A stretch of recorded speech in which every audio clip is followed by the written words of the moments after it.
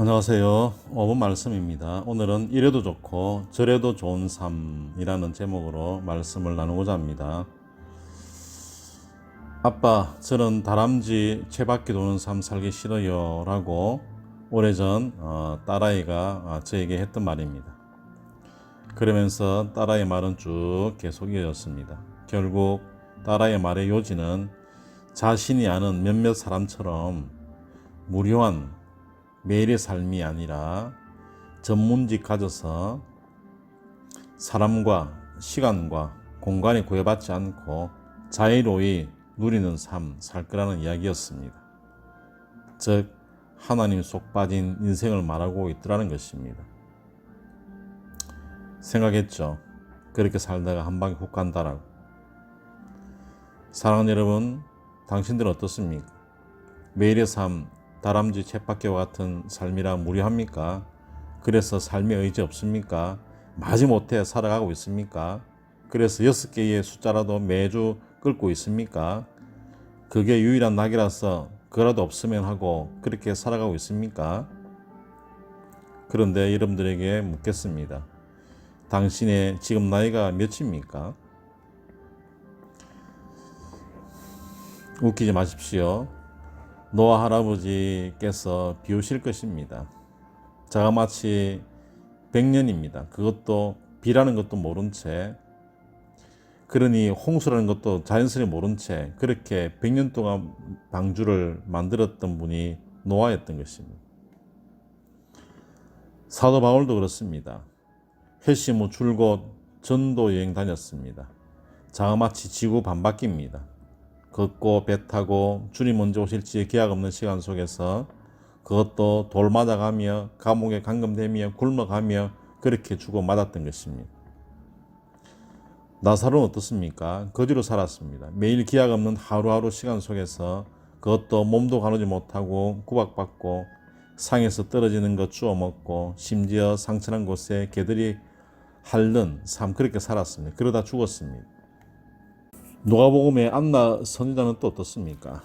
이스라엘의 조혼 풍속에 따라서 14세에 결혼하고 7년 결혼의 삶 살고 84년 과부의 삶 살았습니다. 도합 105세 동안 성전 떠나지 않고 금식하며 기도의 삶, 즉 메시아 기다리는 삶을 살았던 것입니다.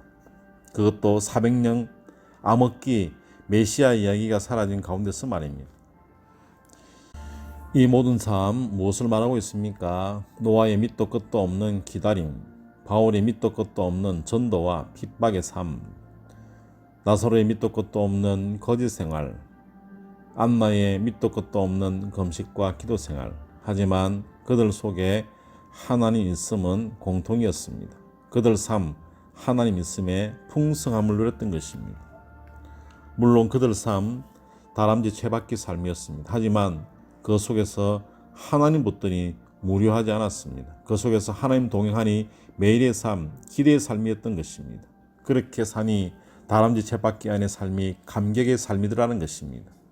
기억하십시오. 바울은 이렇게 이야기했습니다. 하늘나라 가도 좋고 가지 않아도 좋고 이래도 좋고 저래도 좋고 그렇게 얘기했습니다. 그야말로 다람쥐 쳇바퀴 안에면 어떤들, 다람쥐 쳇바퀴 바뀌면 어떤들, 하나님 계시면 그만이라라는 그런 고백인 것입니다. 누가 이들의 삶 무료하다 하겠습니까? 아닙니다. 오히려 부러워할 것입니다. 억만금 가지고도 하나님 없으면 의미 없는 무료한 삶이요. 하늘의 별 떨어뜨릴 힘이 있다 해도 하나님 없으면 허망한 삶, 허무한 삶, 무료하고 지루한 삶, 절망과 무의미한 삶인 것입니다. 그러나 빈털터리가 된들 하나님 있으면 나사로의 하늘 소망, 할렐루야 되는 것입니다. 찬양의 삶, 감격의 삶, 할렐루야 삶, 넉넉한 삶이 되는 것입니다. 사랑하는 여러분, 당신의 삶 오늘 무료합니까? 아직도 다람쥐 쳇바퀴입니까? 그러면 당신의 삶에 하나님 개입하게 하십시오. 그리고 하나님 붙들어야 할 것입니다. 그러면 됩니다. 간단합니다. 아주 간단합니다. 노아, 바울, 안나 하나님 붙드는 간단한 삶으로 풍성한 삶을 누리지 않았습니까? 잊지 마십시오. 하늘 백성이요. 그들의 삶 도전 삼고 붙들고 놓지 말아야 할 것입니다. 그래서 내가 이 세상에 있어도 좋고 하늘 저편 천국에 있어도 좋은, 이래도 좋고 저래도 좋은 삶, 그런 삶을 살아야 할 것입니다.